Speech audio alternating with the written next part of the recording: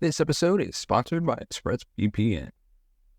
Hey, listeners and viewers, let's talk about surfing the web. We all love the freedom the internet offers, but it's essential to remember the importance of online security and privacy. That's where our favorite tool, ExpressVPN, comes in. ExpressVPN provides a layer of protection that keeps our personal data secure and private. It's especially crucial when we're shopping online or using public Wi-Fi, ensuring our passwords, email, and sensitive information remain our own. It's super easy to use. You just open the app, click to connect, and voila, your connection is secure, your IP address is masked. This level of encryption is a game changer, allowing us to browse, stream, and work worry-free. And let's not forget the speed. ExpressVPN is incredibly fast, avoiding the lag and buffering we all dread. It's especially great for those of us who love streaming our favorite shows and movies. No more geo restrictions or content limitations. Plus, the versatility is impressive. It works on every device, phones, laptops, even routers. So everyone who's connected to your network is automatically protected. Customer support is also phenomenal. They're available 24/7 to help you with anything you need. It's genuinely a comprehensive service. We can't emphasize enough the importance of protecting your online presence. Internet security is not a luxury, it's a necessity. And ExpressVPN is a powerful tool in maintaining your online privacy. Use the link in the description and sign up today and explore the different plans available. Find the one that suits your needs and start browsing the internet with peace of mind, knowing you're protected with the best. Secure your internet, enjoy your freedom, and let ExpressVPN be your companion in the digital world.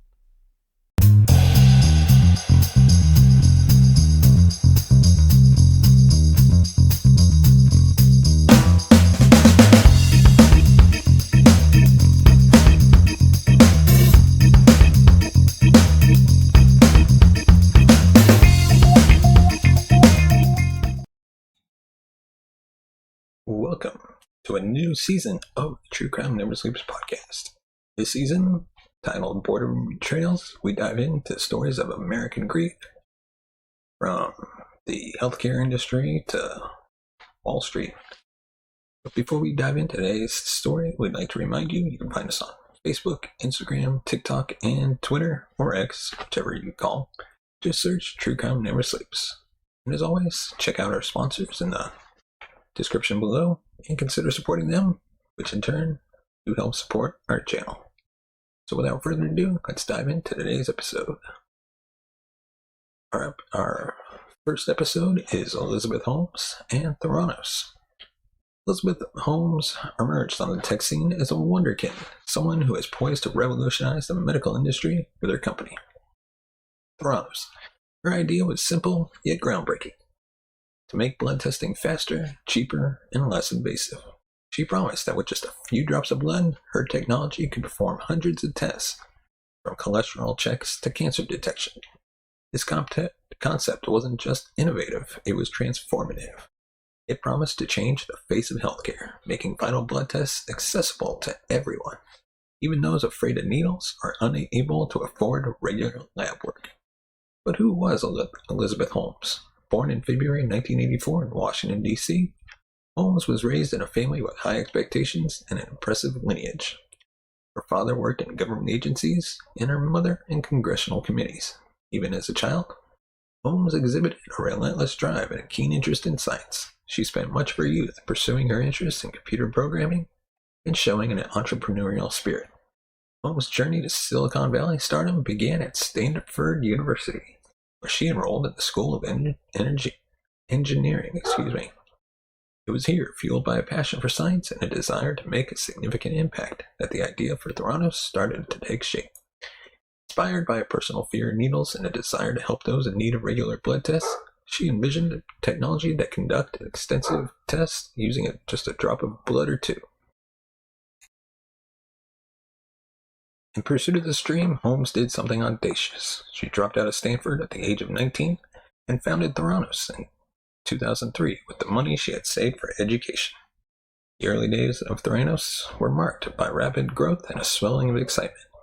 Holmes proved to be a charismatic and persuasive figure. She articulated her vision of a world transformed by her technology with such conviction that she quickly attracted a host of high-profile investors. By 2014, the company was valued at an astonishing $9 billion, and Holmes, owning half the stock, was dubbed the world's youngest self-made female billionaire.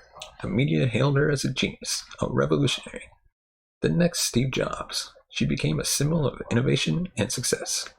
Featured on magazine covers and invited to speak at prestigious events, the buzz was not just about Theranos' technology, but also about Holmes herself, who captivated audiences with her deep voice, intense gaze, and signature black turtlenecks. But beyond this facade of success, there were rumblings of trouble. From the outside, Theranos was a beacon of innovation and progress. Inside the company, a very different story was unfolding. Employees began to whisper about dysfunctional management, toxic work culture, and most alarmingly, the possibility that the technology didn't work as promised. These internal concerns remained just whispers until October 2015, when a bombshell report by an investigative journalist from the Wall Street Journal exposed potential fraud and inaccuracies in Theranos' technology. This report marked the beginning of the end for Elizabeth Holmes and her company. It unleashed a series of investigations that revealed a startling gap between what was promised and what was delivered. The technology that was supposed to revolutionize healthcare was in reality fraught with inaccuracies and inconsistencies. What followed was a dizzying descent into legal battles, with Holmes and Theranos facing allegations of massive fraud. In this episode, we'll dive deep into Elizabeth Holmes' saga, exploring how a young entrepreneur's dream turned into one of the most notorious cases of fraud in Silicon Valley. We'll examine the allure of Holmes' vision, the fervor it ignited in the tech and medical communities, and a series of events that led to her downfall. We'll look at the broader implications of this story, what it says about Silicon Valley's culture of innovation at all costs, the role of media and investors in hyping up unproven technology, and the consequences when ambition overrides ethical considerations. Thank you for joining us on this journey through one of the most astonishing stories of our time. This episode is more than just a chronicle of a business scandal. It's a reflection on innovation, ethics, and the fine line between ambition and deceit. So stay tuned as we dive into the rise and fall of Elizabeth Holmes right here on the True Crime Never Sleeps podcast. Elizabeth Holmes' journey began with a vision that was audacious as it was innovative. After dropping out of Stanford University, armed with relentless ambition and a profound fear of needles, she founded Theranos in 2003. The company's mission was simple, yet groundbreaking: transform blood testing into a fast, easy, and minimally invasive process. The potential impact of such technology was enormous. Promised to make frequent blood testing less intimidating, more accessible, potentially catching diseases early, and saving countless lives. Holmes' early days at Theranos were marked by an intense dedication to her vision. Her charisma and articulate presentations captivated everyone she met. She was not just selling a product, she was selling a future where a single drop of blood could unveil the secrets of the human body, making a comprehensive health check as easy as a trip to the pharmacy. Her ability to articulate this vision drew comparisons to tech titans like Steve Jobs and Bill Gates. She was seen as a prodigy, someone who could see beyond the limitations of current technology and bring about a new era in healthcare. Theranos started to grow rapidly, fueled by Holmes' vision and her ability to attract both talent and capital.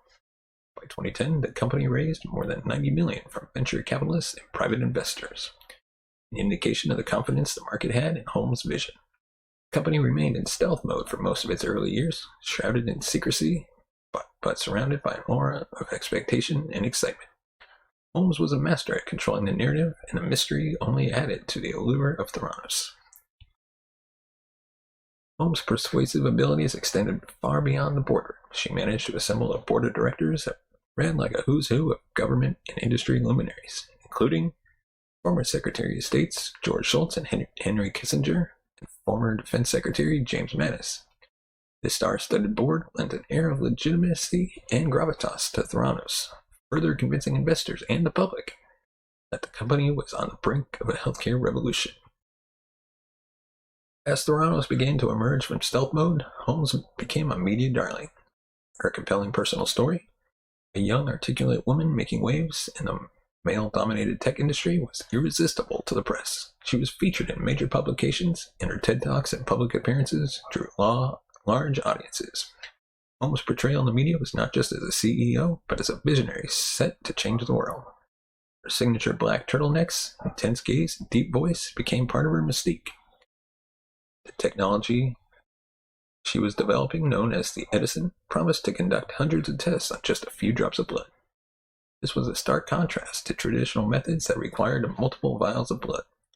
The implications were staggering. Easier and more frequent testing could lead to early detection of diseases like cancer and diabetes. For patients with a fear of needles, the elderly, or those living in remote areas, this technology could be life-changing. Theranos' potential began to materialize into concrete deals. In 2013, the company announced a partnership with Walgreens to launch wellness centers where people could get Theranos blood tests. This deal was a significant step for the company, moving them out of the realm of theoretical and into the practical, everyday lives of consumers. It seemed to validate Holmes' claims and Theranos' technology. By 2014, Theranos was valued at an astonishing $9 billion, and Elizabeth Holmes owned half the stock. She was celebrated as the world's youngest self-made female billionaire. The numbers were staggering, but so were the expectations. Theranos was no longer a startup with a dream. It was a major player in the healthcare industry, the eyes of the world upon it. As Theranos rose, so did the cult of personality around Elizabeth Holmes. She was more than a CEO. She was a symbol of what could be achieved with enough vision and determination. Young women in particular looked up to her as a role model, someone who broke the glass ceiling in the tech world. She represented the idea that with enough hard work and belief in oneself, anything was possible. However, beneath the surface of this extraordinary success story, there were whispers of trouble. Former employees spoke of a culture of secrecy and fear within the company. There were rumors that the technology didn't work as promised, and that the results were not as accurate as claimed.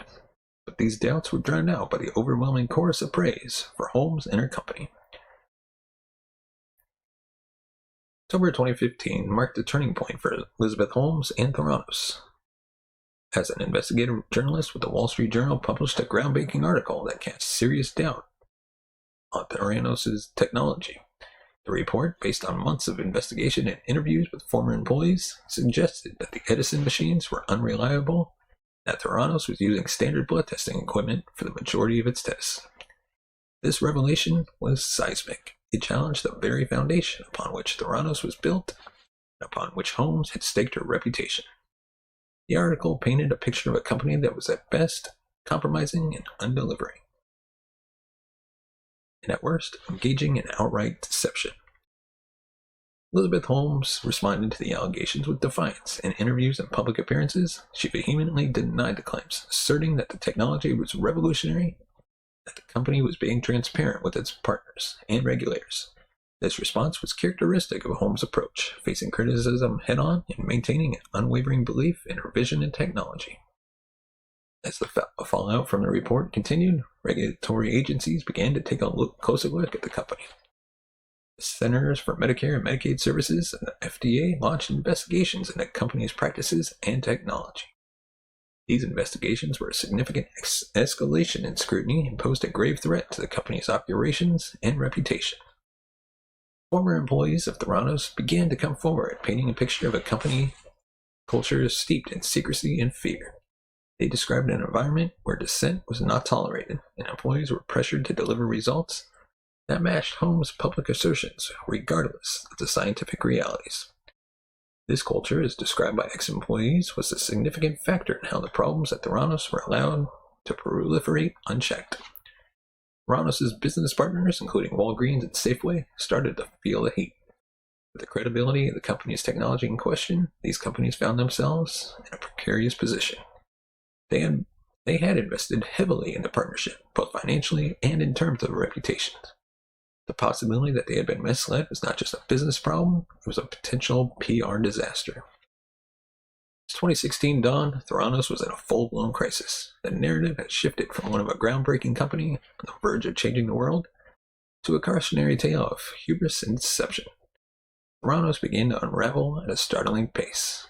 In January, CMS released a report that found significant deficiencies in a lab in Newark, California, including one that posed immediate jeopardy to patient health and safety. Despite the mounting evidence and growing criticism, Holmes continued to defend her company and its technology. She appeared at public events and on TV,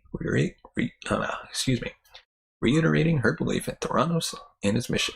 However, her arguments were becoming increasingly difficult to reconcile with reports and investigations that were piling up. The media, once one of Holmes' most powerful allies, turned on Theranos. The narrative shifted from praising Holmes as a visionary to questioning her ethics and integrity. Documentaries, articles, and books delved into the details of Theranos' rise and fall, often portraying Holmes as a figure who let her ambition cloud her judgment, leading her to make ethically dubious decisions. By mid-2016, the dream that Holmes had sold to the world was unraveling. Innovative technology that was supposed to revolutionize healthcare was revealed to be flawed and unreliable. The partnerships with Walgreens and other companies crumbled. Theranos began to retract its blood tests and void 2 years of test results. The mighty empire that Holmes had built was coming apart at the seams. The scandal was more than just the downfall of a single company and its charismatic leader. It was a moment of reckoning for Silicon Valley and its culture of fake it till you make it. The story raised serious questions about the ethics of startup culture, where the pressure to deliver groundbreaking technology often blurs the lines of what is scientifically and morally acceptable. Elizabeth Holmes' story is a complex one. On the one hand, she was a young entrepreneur driven by a desire to make a positive impact on the world. On the other, she became the face of one of the most significant frauds in the tech industry. Her story forces us to confront difficult questions about leadership, integrity, and a fine line between vision and deception. The unraveling of Theranos began in earnest following the series of exposés and regulatory investigations. The company, once valued at $9 billion and hailed as a revolutionary force in healthcare, was now facing an existential crisis. The technology that Elizabeth had so passionately championed was revealed to be deeply flawed, and the company she built was crumbling under the weight of scrutiny and scandal. The legal consequences for the company and Holmes were swift and severe. In 2018, the SEC charged Holmes and former Theranos president Ramesh Balwani with massive fraud. The SEC accused them of an elaborate years-long scheme in which they exaggerated or made false statements about the company's technology, business, and financial performance. As part of a settlement with the SEC, Holmes agreed to pay a $500,000 fine, return 18.9 million shares of Theranos stock, relinquish her voting control of the company, and be banned from serving as an officer or director of a public company for 10 years. However, this was just the beginning. In June 2018, a federal grand jury indicted Holmes and Balwani on multiple counts of wire fraud and conspiracy to commit wire fraud. They were accused of engaging in a multi-million-dollar scheme to defraud investors, as well as a separate scheme to defraud doctors and patients. The trial, which began in August 2021, captivated public attention. Prosecutors presented a mountain of evidence, including internal emails, business records, and the testimonies of former employees and patients who had been affected by Theranos' faulty tests. Throughout her trial, Elizabeth Holmes maintained her innocence. Her defense team argued that she was a well-intentioned entrepreneur who made mistakes but did not commit fraud. They portrayed her as a visionary who was perhaps naive, over-optimistic, but not a criminal. The defense also suggested that Holmes was influenced and controlled by her business partner and then boyfriend, Sunny Balwani, framing the relationship as one aspect of her defense. The scandal had a significant impact on the healthcare industry, particularly in the field of diagnostic testing. It raised important questions about the regulation of medical technology, startups, and the need for rigorous clinical testing and validation of new medical technologies. The fallout from the scandal led to calls for more stringent oversight and a reassessment of how medical innovations are brought to market. In January 2022, after a lengthy trial, Elizabeth Holmes was found guilty on 4 of 11 charges, including 3 counts of wire fraud and 1 count of conspiracy to commit wire fraud. The jury found her not guilty on 4 other counts and deadlocked on 3 charges. The verdict was a complex one, reflecting the complicated nature of the case. Holmes' sentencing, scheduled for September 22nd, to determine the final chapter of her story. Elizabeth Holmes' story is a tale of ambition, innovation, and a fall from grace. Her journey from a celebrated entrepreneur to a convicted felon is a cautionary tale about the dangers of overreach and the consequences of misrepresenting technology, especially in a field as critical as healthcare. It's a story that raises profound questions about integrity, leadership, and the fine line between bold ambition and unethical conduct. The Theranos saga leaves behind a complex legacy. On one hand, it's a story of a failed startup brought down by hubris and deception. On the other hand, it's a reminder of the importance of ethical conduct in business and the responsibility entrepreneurs have to their investors, customers, and public. Let us know your thoughts on the case we covered today in the comment section below. What were your thoughts on Elizabeth Holmes and her company? Of course, if you want to support the channel, you can buy us a coffee at buymeacoffee.com/TCNS. Your support helps the channel grow, upgrade our equipment, bring in new hosts, be able to pay them, and hopefully one day take this show on the road. As always, thank you so much for watching and listening. We'll see you next time.